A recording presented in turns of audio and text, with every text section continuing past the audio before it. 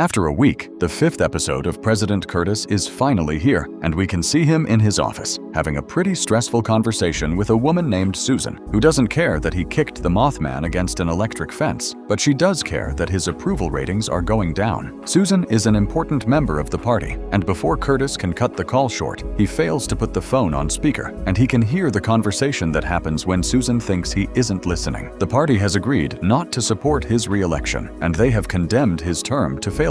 Banks walks in a few seconds later, and she's worried about her job, but the president assures her that these discussions are an everyday thing, and they always find a way to solve it. Like right now, that he has a large amount of pee in his body and needs to deal with it right away. If she didn't come to tell him something more important than spying on his phone calls, he needs to go to the bathroom. While the president is in the bathroom trying to wash his hands, he can hear a pretty creepy voice coming out of nowhere, repeating over and over again, "Come see me," as if seducing him. When Curtis looks down, he can see that the voice is coming from the water in the sink, and it not only tells him he's weak and will soon be replaced, but that it could see his thing in the toilet and knows it's pretty small compared to the rest. Fed up with all of this, the president leaves the bathroom and runs into Banks once again, who is still worried about her job, but he orders her to gather the team. They'll leave right away, and he doesn't plan to tell them where they're going until they're on the plane. A few seconds later, O'Doyle shows up, and Banks seems a bit nervous, asking him how long he's been there spying on her, and he admits that yes, he did. He could hear her farting, and she should get her stomach checked. A few hours later, the president is aboard a presidential motorcade with several armored cars protecting him. They're on their way to Camp David, a place he didn't plan to visit again, but he has a pretty old book in which he tries to find something that can help him. In this book, all the presidents have written their advice for before arriving at that place, but many of them have to do with pleasuring themselves. So for the moment, Curtis has nothing useful and is traveling blind. Banks wonders if she can be useful in some way, but the president tells her that the book passes from leader to leader, and she's not allowed to see it. Meanwhile, Doyle explains to her that Camp David is a test of mental will that nobody is prepared for. This test is carried out by an ancient witch who will be in charge of testing all your limits and showing whether you're ready to keep ruling the nation. This is the only way to make the party change its mind and for him to keep being president. Basically, the president must enter the camp and survive until dawn without giving in to the witch's will. If he manages to do that, he'll win back the party's trust and his own as well. However, there's a small detail they didn't mention to Banks, and it's that before crossing the door, the president has to be in his birthday suit, and she wasn't planning on seeing his butt that morning. But none of this makes sense to Banks. The most important man in the nation just walked into a haunted forest, and they'll just stay there camping until he comes back.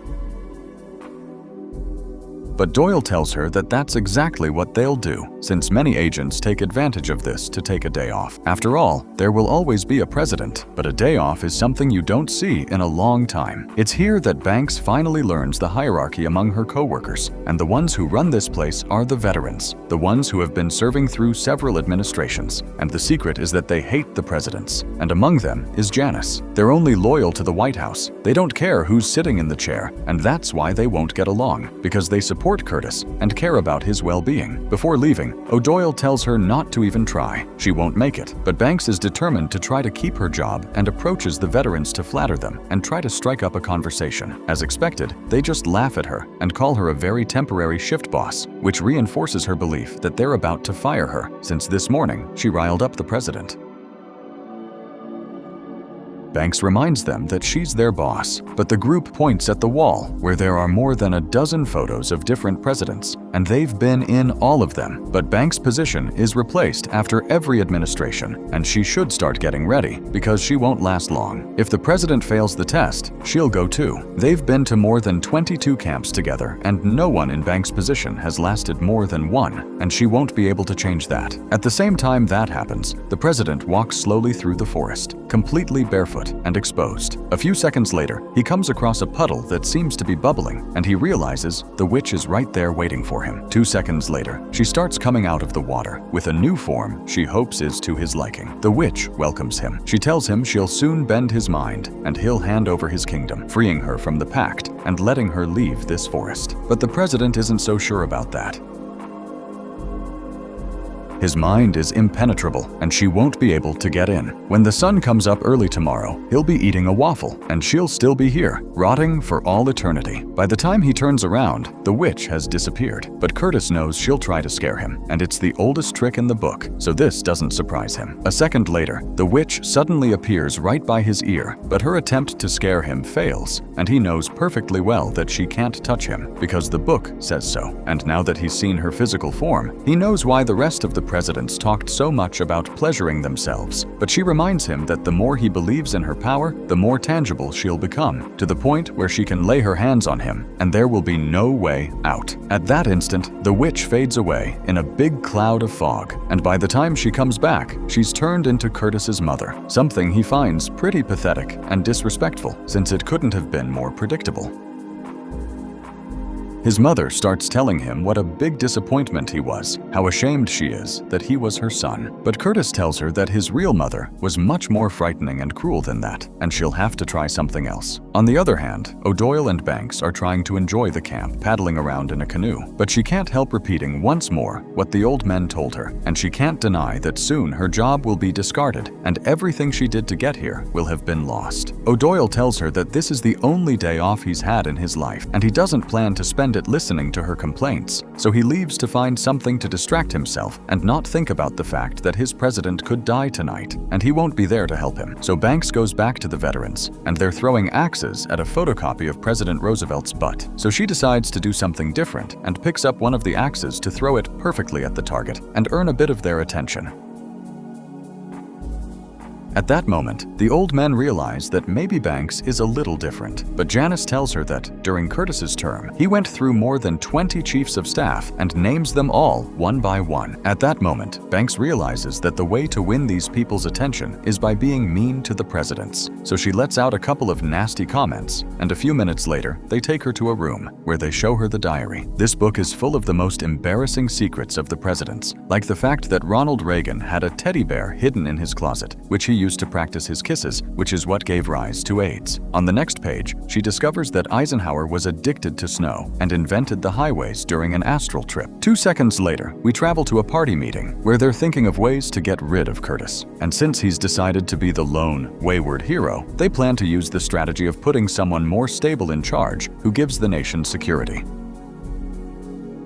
But before a vote can be held, Curtis shows up, climbs onto the table, and starts urinating in front of them, telling the witch that this won't bend his mind, since he knows perfectly well what she's capable of. When he comes out of the vision, Curtis meets a kid who calls him Dad, but he yells at him not to dare say that. He's never had children, and he always keeps his gun unloaded when he goes out with girls, so this trick won't work on him at all. But it's here that the kid tells him he's not the son he had, but the one he dreamed of having. He's the spitting image of his father, who could have been a decent man if he hadn't ruined his chance with Beverly, and for the first time, Curtis lets himself fall into the witch's fantasy, but he makes sure not to waver. The kid tries to kick him in the knee, but since it turns out to be the witch, and Curtis still doesn't believe in her, the foot just goes through him, and for the moment, his mind stays firm.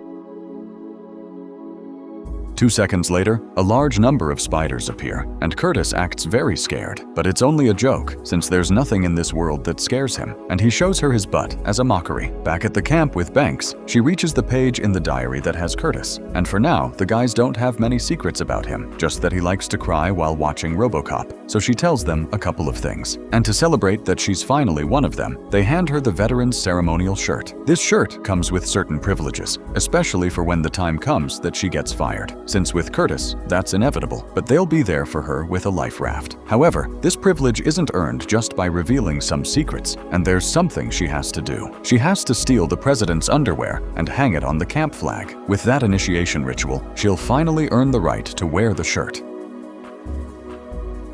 All of this is seen by O'Doyle, who can't believe she already betrayed Curtis's trust this way, and especially with his Batman boxers, the ones he wears to watch cartoons. The whole group laughs and promises to add that to the diary. By the time this happens, Curtis is crossing a huge meadow where a war is going on, and many soldiers are dying horribly. But he knows this is just an illusion, so the witch decides to change the scene. She sends him to his first job at a burger joint, where he was embarrassed every day by a guy named Simmons, who is right there to to repeat the torture, and finally, the witch gets into his mind, managing to drive him out of his mind, thanks to Simmons, the man who tormented him when he was young and always told him he would never be more than a dishwasher. When this happens, Curtis gives up his control, and now the witch is able to leave the forest, and he'll lose the challenge, along with his job as president. So a chase breaks out, but the witch reaches the door and kills the agents who were supposed to be keeping watch.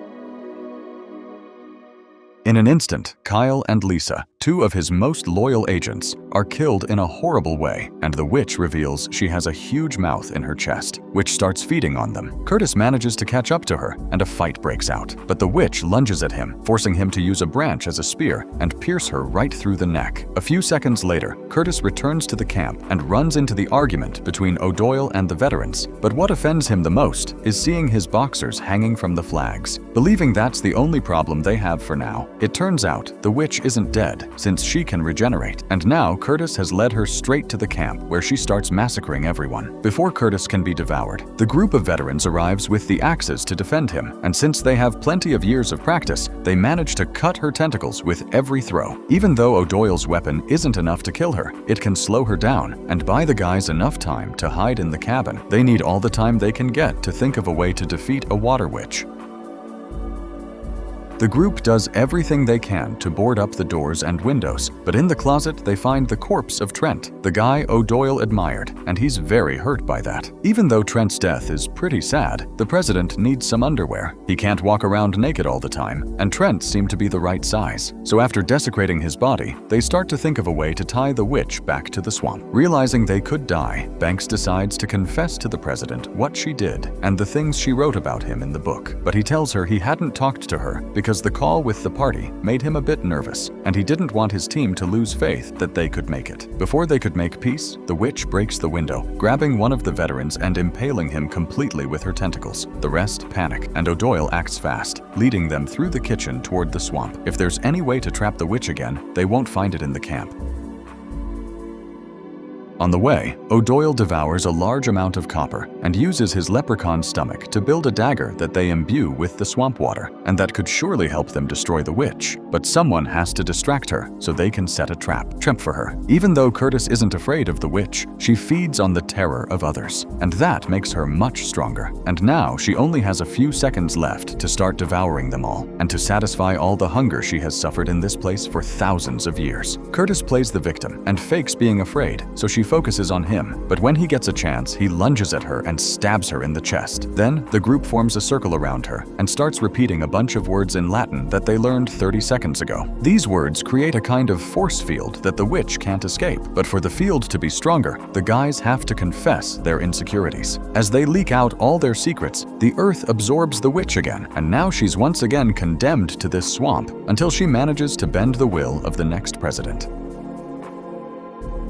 The next morning, the group takes the signature photo of all the camps. As soon as he gets back to his office, the president calls Susan to tell her he doesn't care at all if they want to get rid of him, because he has the power now and can use it to raise taxes and ruin all their profits. So either they have a temporary ally, or they have a very powerful enemy who isn't afraid of looking ridiculous. Once they put Susan in her place, the episode ends. And if you liked it, remember to leave your like and your comment. If you want to see your favorite movie on the channel, don't hesitate to recommend it to us. In a post-credits scene, we see that O'Doyle went to Trent's funeral and said very nice things, since he secretly admired him for being the most handsome guy in the office, a position he hasn't been able to achieve. But it turns out that when he manages to talk to Trent's father, he finds out the kid despised him, and now he regrets having said all those things and ends up insulting his corpse.